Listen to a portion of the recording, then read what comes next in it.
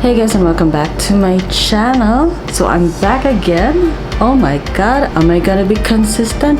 We don't know, but I'm back because, well, obviously this channel is all about goth and everything gothic and whatever, and I'm also a huge RuPaul's Drag Race fan. And in the latest episode of RuPaul's Drag Race All Stars, they did a goth themed runway. The title of the category is Oh My Goth, which by the way is very perfect for this channel. So, two things I like, RuPaul's Drag Race and goth. Let's get into these looks. Let's review them. So I would like to start with Akira C. Davenport, who was recently eliminated on the show. Now her look is very editorial, high fashion goth, I would say. Like, I really love crosses in gothic fashion. I really love that element. She looks very expensive and everything is just really perfect, from the headdress to the outfit itself and to the shoes. It's so perfect. By the way, just a side note, this is my phone case. It was quite a missed opportunity on my previous video that I didn't get to show this, but hey, she showed up. And I have my notes here. Okay. Anyways, so Akira C. Davenport, her look, I could see it as being a muse for a gothic band or even a metal band. Metal is not goth, but yeah, you guys know what I mean, right? Like, she can be a muse in a music video or in an album for a gothic band or for a metal band. So I really love this look. Next queen is Eureka O'Hara. Now, when I first saw this look, I actually thought it was Renaissance and Gothic combined. I didn't notice the bottom part. So it was actually sheer. I thought it was like a full-on gown, like a ball gown, but no, it's a sheer fabric, and you can see the corsets and her legs and her shoes. I actually love this look, but I'm not so sure with the wig. But everything else, from the makeup and the outfit, I really love. By the way, there are dogs outside. I'm so sorry for that. Yeah. Anyways, so yeah, I love from the makeup to the outfit to the shoes, but I'm not sure with the hair. She kind of reminds me of this 1800 harem owner who smacks customers at the back of their head when they don't pay or when they don't treat the girls right. Yeah. It's giving me that vibe. But yeah, I like this look. It's very nice. Okay, so the next queen now is Ginger Minch, and I love this look. It's very cute and it's almost kind of like gothic Lolita. Now, I love the props, the voodoo doll prop. It's very cute, and also the big bow with sequins on it. It's so cute. Now, gothic Lolita is not necessarily part of the goth subculture fashion, but it's part of another subculture which is called the J-Goth movement, which is actually a gothic movement in Japan. Like, they have their own goth movement over there. Now, I think J-Goth is more of the aesthetics, because it doesn't have any musical association besides Visual Kei. Now, Visual Kei is also another subculture of its own. I'm not sure if J-Goth is part of Visual Kei or they are separately two different subcultures. I'm not sure, but Visual Kei is actually a music genre that branched out to fashion. Now, music wise, we've got Visual Kei, for those who don't know, is a mixture of glam rock, punk, and new wave. And with the fashion, it's also, it can be gothic, but also it can also be flamboyant with like really cool hairstyles and sometimes androgynous looks. Gothic Lolita actually was popularized by a band member from Malice Miser. Sorry, I don't really listen to this band, but the band member's name is Mana. But not necessarily that he invented Gothic Lolita, but more of like he popularized it. So yeah, just an interesting trivia for you guys. But of course, in the goth scene, we welcome these crossovers like Gothic Lolita, because it's fashion, and goth subculture is all about the music anyway. So yeah, or maybe it's just me being so lenient to fashion, I don't know. But yeah, I think this is quite a successful look for Ginger Minch. I love it. It's so cute. I mean, you can see the Instagram photos as well. Really nice, so cute. Now let's move on to one of my favorite looks on the runway, Jan's look. I mean, as you can see, it's pure darkness. I'm in love with every bit of this look, from the hair to the eyes to the makeup and to the outfit itself. It's so perfect. I mean, look at the Instagram photos. It's so cool, man. I love it. I love it so much. I have no words. I loved this look. Perfect. Love it. Next queen, another favorite look of mine is Kylie Sonic Love's look. Like, goddess. Can you see that? It's goddess. She's a goddess. Divine. This look is actually giving me like 90s, early 2000s goth vibes. I mean, it's so sexy. And I'm not sure what fabric she used, but it's kind of like, it's not leather, but it's kind of like latex or PVC fabric. It's so cool and so well done. A lot of people, like from what I've heard, they think it's very sex worker or prostitute from hell type of look, and I respect the hustle for all the sex workers out there, but there's really a difference between being empowered and showing off your body because you're proud of what you've become versus working as a sex worker. There's a difference, and I don't think it's right for you to label someone a sex worker or like a prostitute or like a sex worker just because they're showing off their body, because they're confident in that. You know what I mean?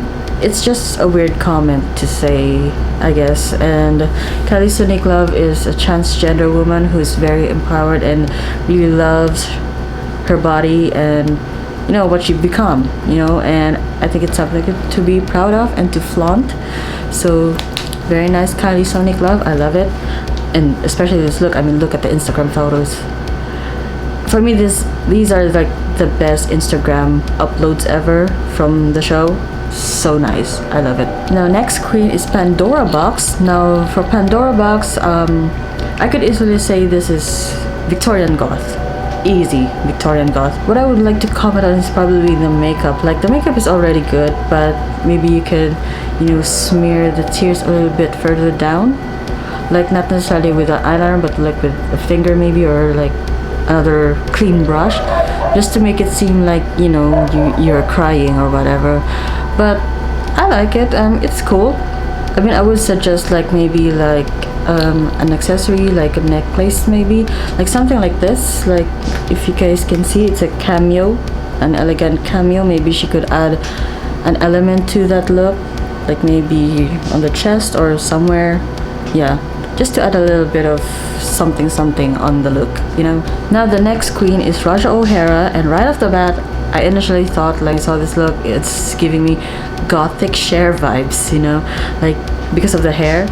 And then she just looks so beautiful. Like, this is gothic elegance in my opinion. I love the top.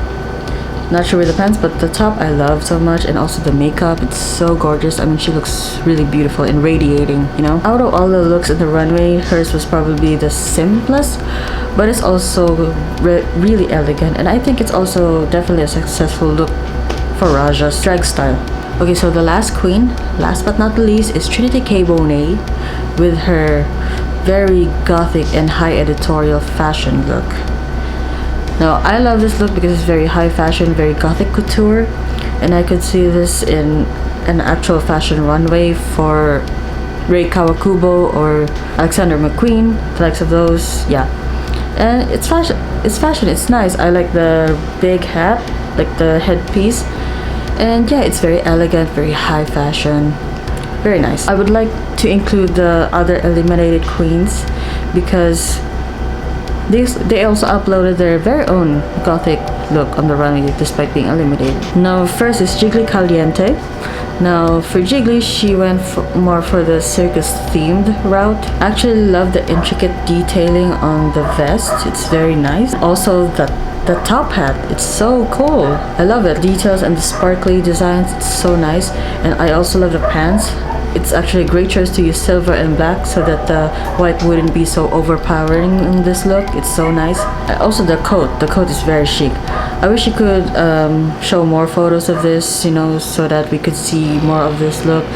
I'm not sure if the umbrella is included on that, but I wish you could also show it in a different angle. But I love this. It's more circus themed though. Now the last but not the least, my favorite queen from season 11 and here on All Stars 6. Unfortunately, she was eliminated. quite too soon.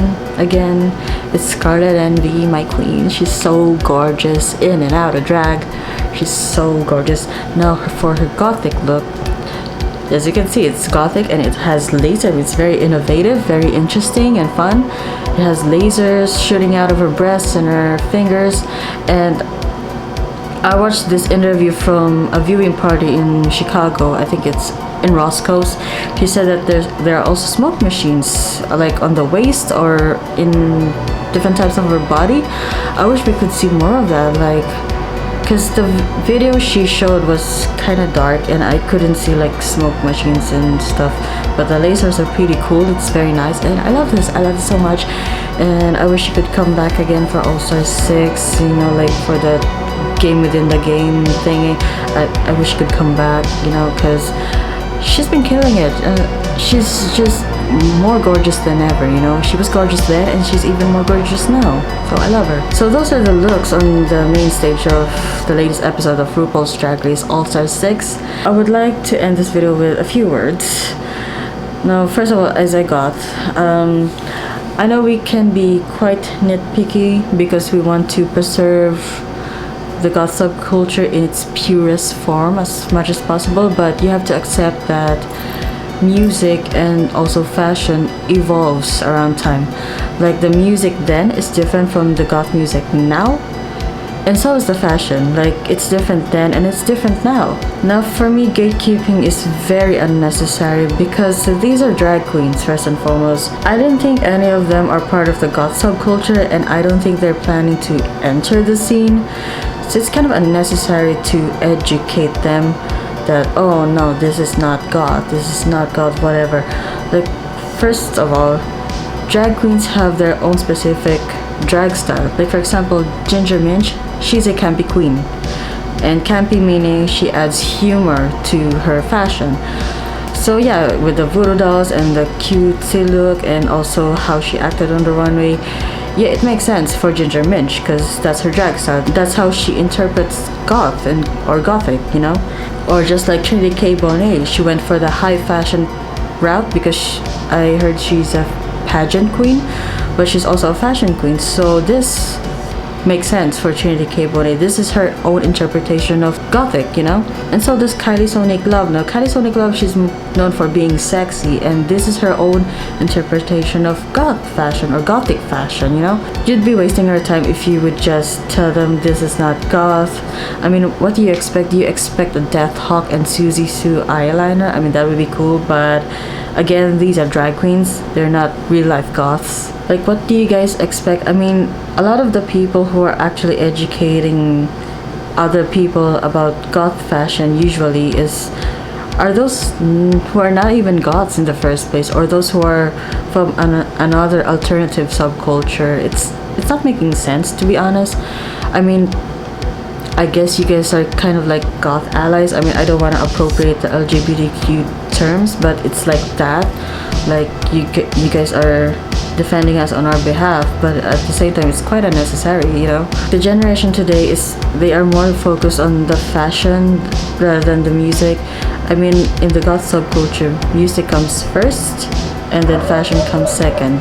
Everything else comes second, to be quite honest. So I suggest instead of sending them hate and criticisms for their goth looks, show them some love. Appreciate what they are showcasing on the show, because these are all talented queens and they deserve the love and the respect, and yeah, they are just so talented and so lovely. So I suggest you guys send them some love, appreciate the looks, and you know, just move on, you know.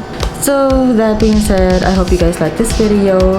If you guys like this video, like, share, and subscribe to my channel if you guys want more of me. Follow me on my Instagram, like my Facebook page, and also follow me on TikTok if you guys want, and I'll see you guys next time. Bye.